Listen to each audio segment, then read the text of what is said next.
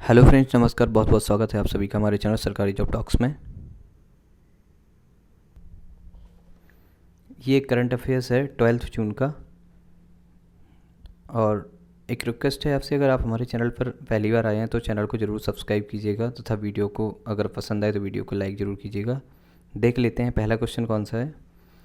Which institution in India has topped among the Indian universities in the Times Higher Education Asia University ranking 2021।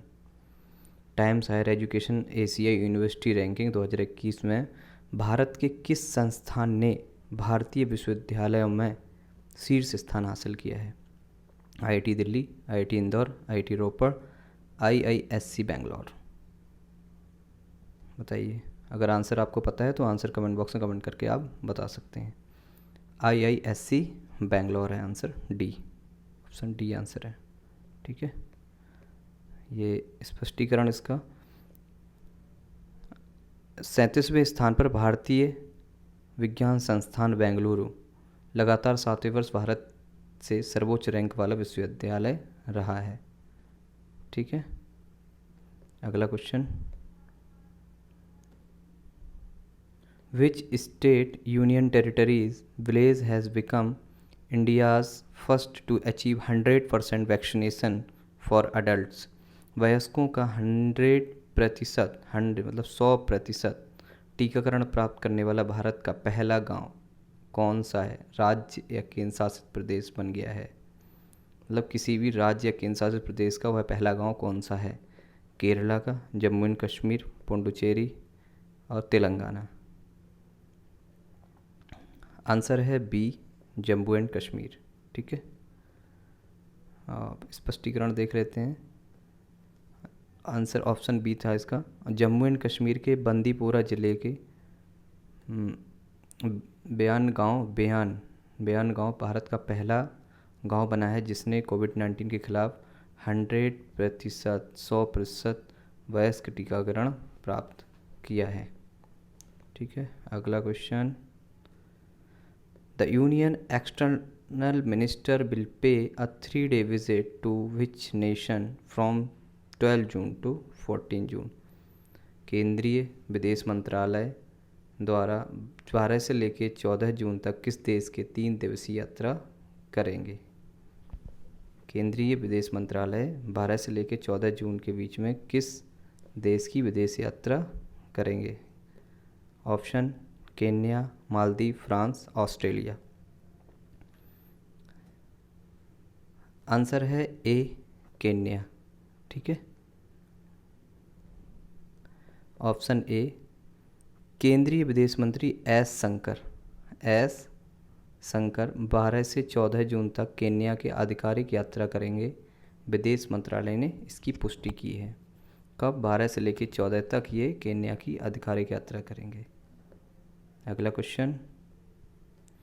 The RBI has imposed 6 crore aggregate penalties on which of these banks?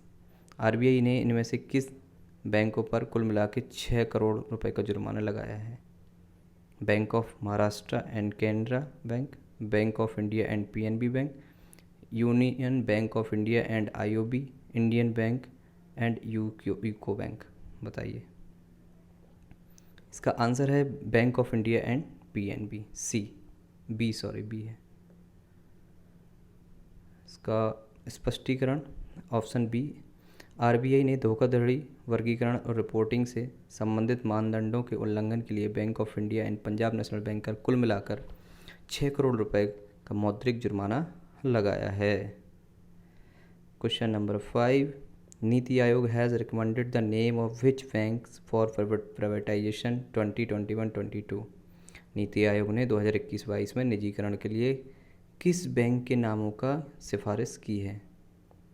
किस bank के नामों की सिफारिश की है? A, bank of Maharashtra and Canara, B, bank of India and PNB, C, central bank of India and IOB, D है Indian bank and UCO bank. बताइए। इसका आंसर है C, central bank of India and Indian overseas bank. Option C. सरकारी think tank NITI Aayog ने चालू वित्त वर्ष में निजीकरण के लिए central bank of India and Indian overseas बैंकों की प्राइवेटाइजेशन के लिए सिफारिश की है। ठीक है, central bank of India and Indian overseas bank. अगला question, Anup Chandra Pande has been appointed as a new, Anup Chandra Pande को नियुक्त किया गया नया क्या, इलेक्शन कमिश्नर और chief of central bureau investigation, control and auditor general of India, chief election commissioner. बताइए, अगर आपको आंसर पता है आंसर कमेंट बॉक्स में आप कमेंट करके बता सकते हैं। इसका आंसर है इलेक्शन कमिश्नर। और chief of central bureau investigation कौन है, आईपीएस ये सुबोध, आईपीएस सुबोध हैं इसके। ठीक है, और कंट्रोलर एंड ऑडिटर जनरल कौन है, जीसी मुर्मू। ठीक है, और चीफ इलेक्शन कमिश्नर कौन है, सुशील चंद्रा। ठीक है, अगला ऑप्शन इसका स्पष्टीकरण, उत्तर प्रदेश के मुख्य सचिव अनूप चंद्र पांडे उत्तर प्रदेश कैडर के 1984 के बैच के ये आईएएस ऑफिसर हैं। ठीक है, ये सेवानिवृत्ति के बाद इनको इलेक्शन कमिश्नर बनाया गया है। चलिए अगला question, which nation is building it's first fully stealth naval warship, कौन सा देश अपना पहला पूरी तरह से स्टील्थ नौसैनिक युद्धपोत बना रहा है, ईरान, रूस, फ्रांस, इजराइल। बताइए, अगर आंसर आपको पता है तो आंसर कमेंट बॉक्स में कमेंट करके आप बता सकते हैं। आंसर इज़ बी, रूस। ठीक है, स्पष्टीकरण, रूस अपना पहला स्टील्थ नौसैनिक युद्धपोत बना रहा है जो पूरी तरह से स्टील्थ तकनीकी से लैस होगा, जिससे दुश्मन के जहाज़ों द्वारा इसका पता लगाना मुश्किल हो जाएगा। चलिए अगला question, the Indian navy is set to receive the first batch of 3 MH-60 Romeo helicopters from which country, भारतीय नौसेना किस देश से 3 MH-60 रोमियो हेलीकॉप्टर का पहला बैच प्राप्त करने के लिए तैयार है, ए फ्रांस, बी रूस, C Israel, D United States. अगर आंसर आपको पता है आंसर आप कमेंट बॉक्स में कमेंट करके बता सकते हैं। इसका आंसर है डी, यूनाइटेड स्टेट्स। ठीक है, संयुक्त राज्य अमेरिका जुलाई 2022 में 24 MH-60 रोमियो हेलीकॉप्टर में से 3 भारतीय नौसेना को सौंपने के लिए तैयार है।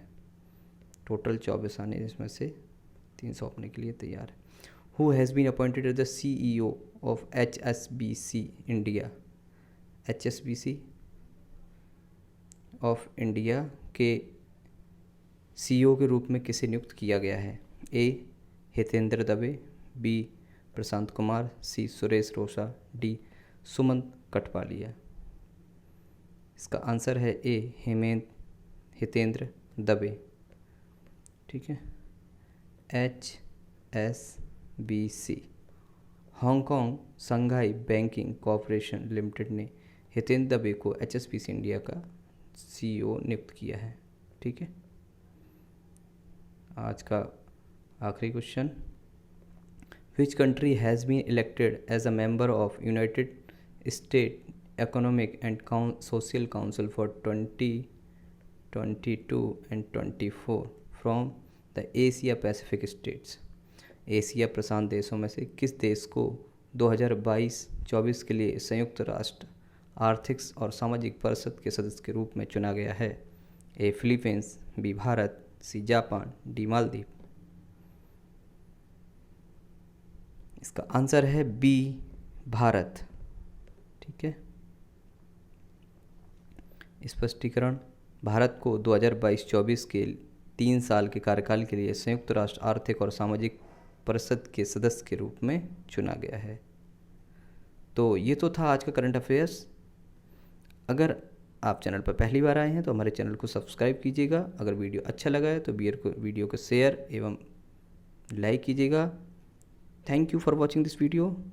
बहुत जल्दी मिलते हैं अगले वीडियो के साथ। नमस्कार, जय हिंद।